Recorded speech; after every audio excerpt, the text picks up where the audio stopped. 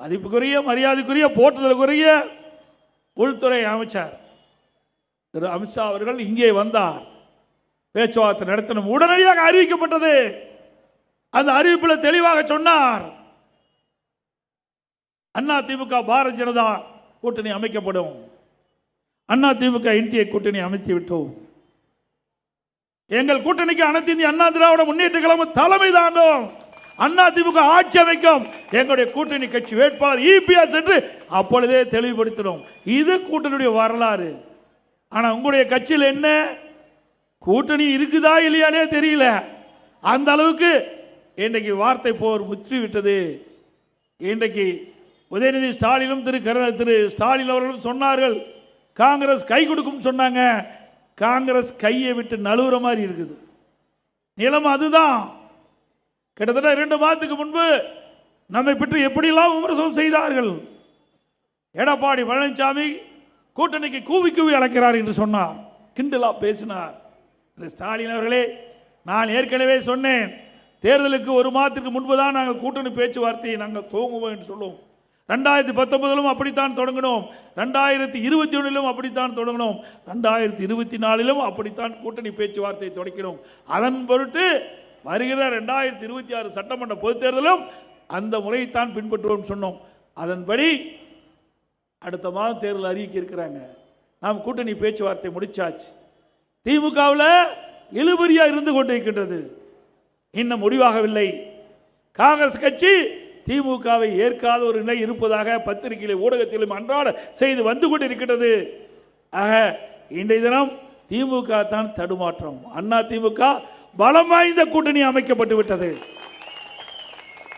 நம்முடைய கூட்டணியிலே அனைத்து இந்திய அண்ணா திராவிட முன்னேற்ற கழகம் கூட்டணிக்கு தலைமை தாங்கின்றது. பாரதிய ஜனதா கட்சி இருக்குது, பாட்டாளி மக்கள் கட்சி இருக்குது, அம்மாள் மக்கள் முன்னேற்ற கழகம் இருக்குது, ஐஜேகே இருக்குது, தமிழ் மாநில காங்கிரஸ் இருக்குது, ஏசி சண்முகம் கட்சி இருக்குது, இன்னும் பல கட்சிகள் நம்மோடு இருக்கின்றன. இன்றைக்கு ஜெகன்மூர்த்தி அவர்கள் நம்மளோட தான் இருக்கிறார். இன்னும் பல கட்சிகள் நமக்கு ஆதரவு கொடுக்கிறது. இன்னும் சில கட்சிகள் வர இருக்கின்றன.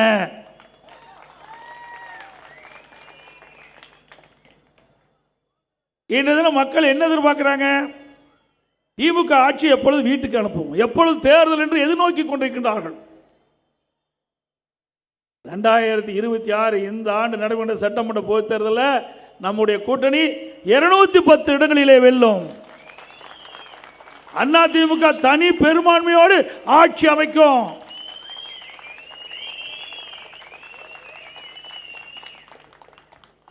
இன்னைக்கு 5 ஆண்டு அண்ணா திமுக 10 ஆண்டு 2021 2011 21 வரை சிறப்பான ஆட்சி கொடுத்தது.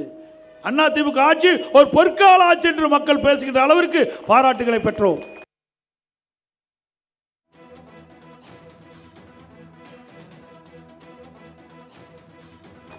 சென்னை புரட்சி தலைவி அம்மா இருக்கின்ற பொழுது ஏராளமான திட்டங்களை கொடுத்தார்கள்.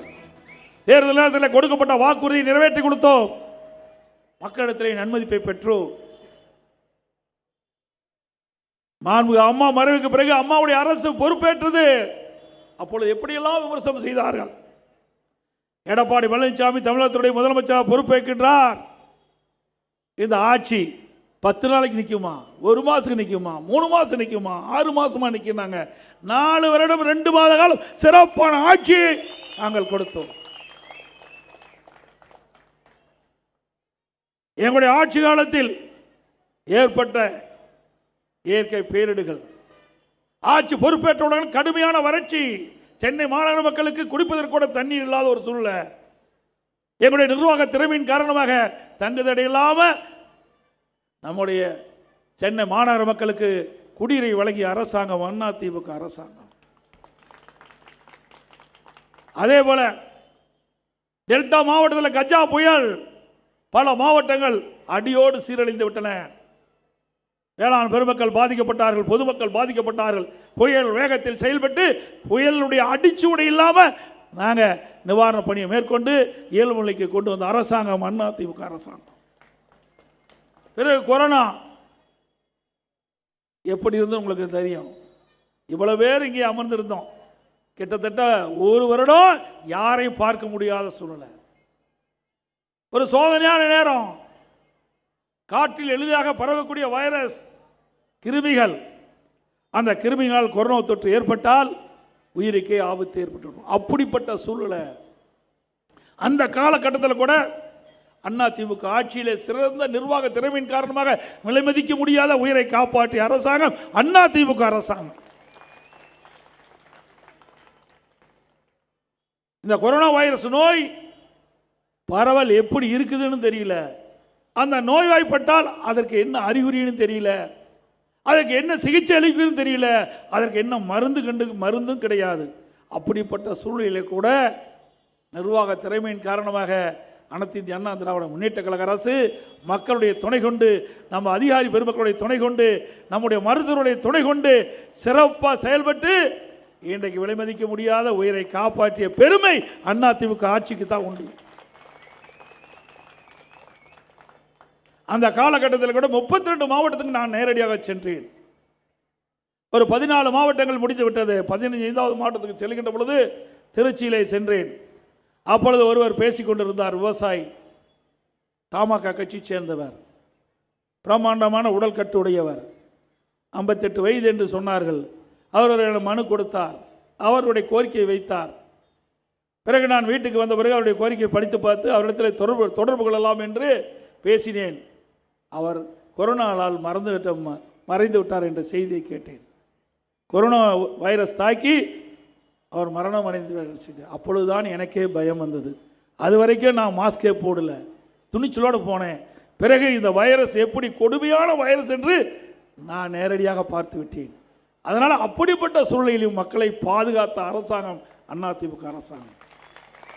இன்றைய பாரத பிரதமர் நரேந்திர மோடி, மதிப்புக்குரிய மாண்புமிகு நரேந்திர மோடி அவர்கள் அந்த கொரோனா வைரஸ் பரவலை கட்டுப்படுத்த என்னென்ன நடவடிக்கை எடுக்கப்பட்டது என்று காணொலி காட்சி மூலமாக எல்லா முதலமைச்சர் தொடர்பு கொண்டு பேசுகின்ற பொழுது, தமிழ்நாடு முதலமைச்சர் என்ற முறையிலே காணொலி காட்சி மூலமாக தொடர்பு கொண்டு பேசுகின்ற பொழுது அவர் குறிப்பிட்டார், கொரோனா வைரஸ் பரவலை தடுப்பதிலே இந்தியாவிலே முதல் மாநிலம் தமிழ்நாடு. மற்ற மாநிலங்கள் தமிழ்நாட்டை பின்பற்றுங்கள். அந்த அளவுக்கு நிர்வாக திறமை பெற்ற அரசாங்கம் திரு ஸ்டாலின் அவர்களே, உங்களை போல் திறமையற்ற அரசாங்கம் அல்ல, திறமையான அரசாங்கத்தை நாங்கள் நாட்டு மக்களுக்கு கொடுத்தோம். அது மட்டுமல்ல, இன்றைக்கு அந்த காலகட்டத்தில் நம்முடைய பள்ளிகள் மூடப்பட்டது, கல்லூரிகள் மூடப்பட்டது, மாணவர்களுக்கு மன உளைச்சல், ஓராண்டு வீணாகிவிட்டதே என்று என்னிடத்தில் கோரிக்கை வைத்தார்கள். இந்த ஓராண்டு வீணாகிவிட்டதே, எங்களுடைய மன உளைச்சல் இருக்கின்ற எனக்கு தகவல் கிடைத்தவுடனே பள்ளியிலே படிக்கின்ற மாணவருக்கு ஆல் பாஸ், கல்லூரியில் படிக்கின்ற மாணவர்களுக்கு ஆன்லைனில் எக்ஸாம் எழுதி அவர்களும் பாஸ் பண்ணாங்க, ஆன்லைனிலே வகுப்பு. ஆக எல்லா தரப்பு மக்களையும் பார்த்து அவர்களுக்கு என்னென்ன கஷ்டம் என்பதை அறிந்து அதற்கு ஏற்றவாறு ஆட்சி செய்த அரசாங்கம் அதிமுக அரசாங்கம். இன்றைக்கு என்ன நிலைமை?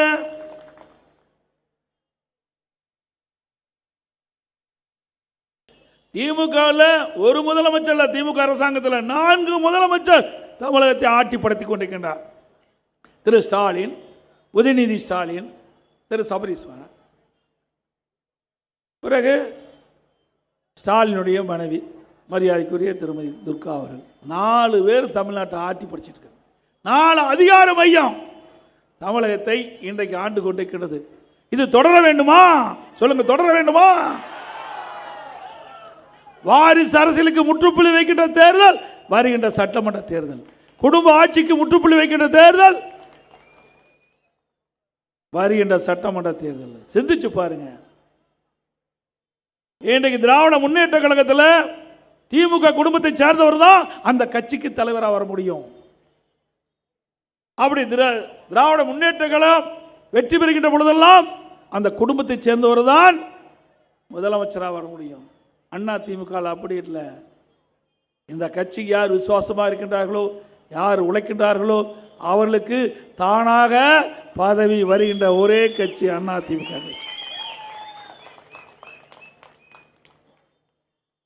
இல்லைன்னா நான் உங்க முன்னால பேச முடியுமா? நீங்க இந்த பொதுச்செயலாளர் பதவி கொடுத்திருப்பீங்களா? அண்ணா திமுக தான் நீங்க கொடுத்திருக்கிறீங்க. அண்ணா திமுக இருந்ததுனால தான் முதலமைச்சர் பதவியை நீங்க கொடுத்திருக்கிறீங்க. ஆக ஒரு சாதாரண தொண்டன் கூட, சாதாரண கிளை செயலாளர், வார்டு செயலாளர் கூட உச்சபட்ச பதவி அண்ணா திமுகவில் வர முடியும்.